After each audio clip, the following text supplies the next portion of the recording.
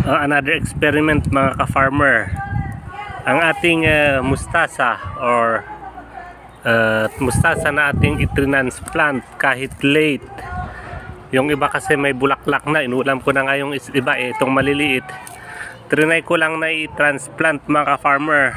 I-try natin tingnan kung anong mangyayari, kung tataba ba sila or ano, kasi dapat i-transplant ko ang mga ito nung pumunta kami sa Tiberias, kaya lang hindi ko na asikaso na i-transplant mga ka-farmer, kaya i-try natin ngayon more than na sa araw na dapat may transplant. Ang mga ito kasi dapat may transplant ito at least 30 days or 45 days, kaya lang sumobra. So tingnan natin, sana magiging tataba